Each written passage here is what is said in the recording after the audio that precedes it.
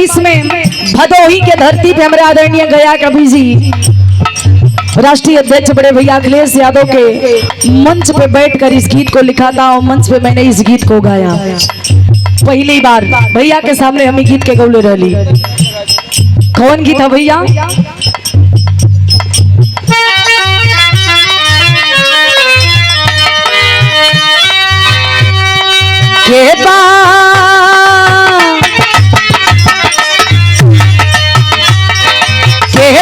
अखिलेश जैसे नेता पूछी लगहू हमको बताए दामो।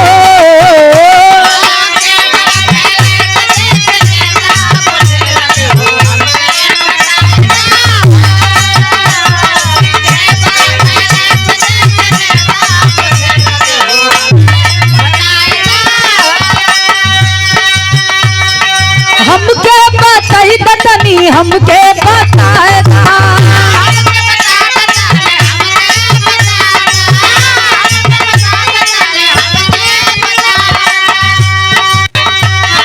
हमके बताई दतनी हमके बताएगा के भाई अखिलेश जैसे नेता पूछी लगहू हमके बताएगा गो।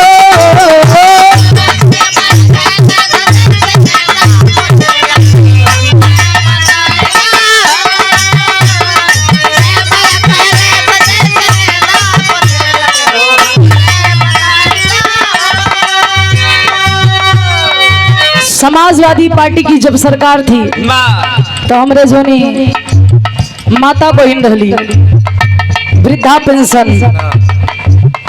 और विधवा पेंशन, लड़कियों के लिए निःशुल्क शिक्षा और लैपटॉप साइकिल देने का काम आदरणीय नेताजी ने किया था।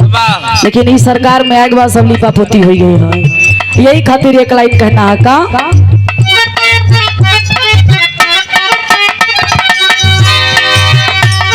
यूपी में खोले थे ये जना की पेटी,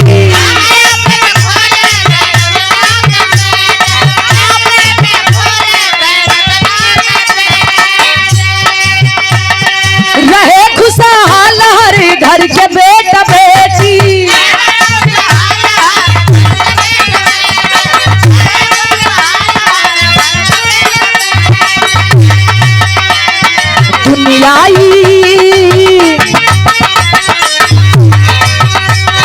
दुनियाई बनल बा नेता पूछी लगहू हमके बताए दागो।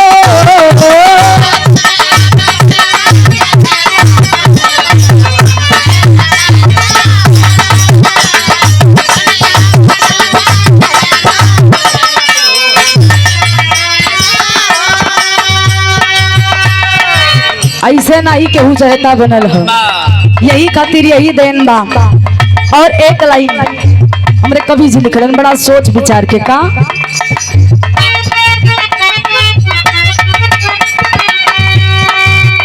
फिर से यूपी चमके वाली है 2027 में। कैसे भैया? यूपी के चमकी हो अब की धरतिया,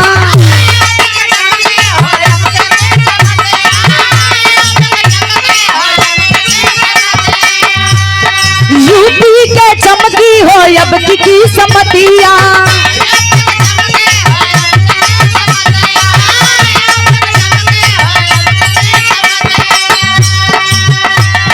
अखिलेश माए होई देखा सगरो धरतिया,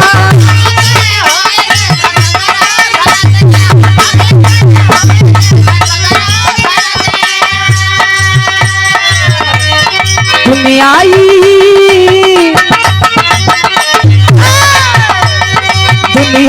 बनल बा नेता पूछी लगहू हमके बताए दागो।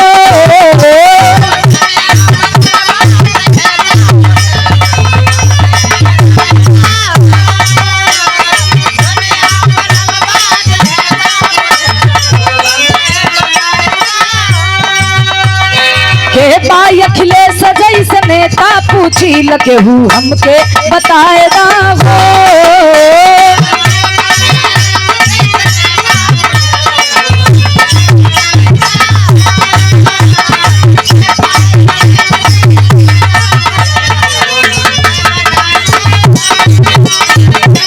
साथियों।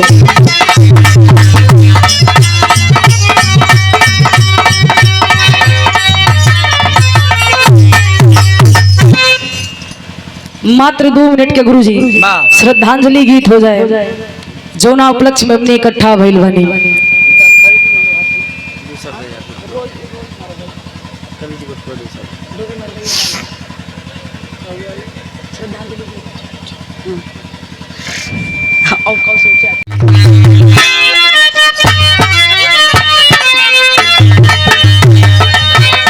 और ये देखें 101 रुपए का आशीर्वाद पुनः वही छाया हुआ नाम हमारे बड़े भैया राहुल यादव कोटेदार भैया की तरफ से शानदार 101 रुपया के आशीर्वाद। भैया के प्रणाम, आशीर्वाद की प्रतीक्षा है।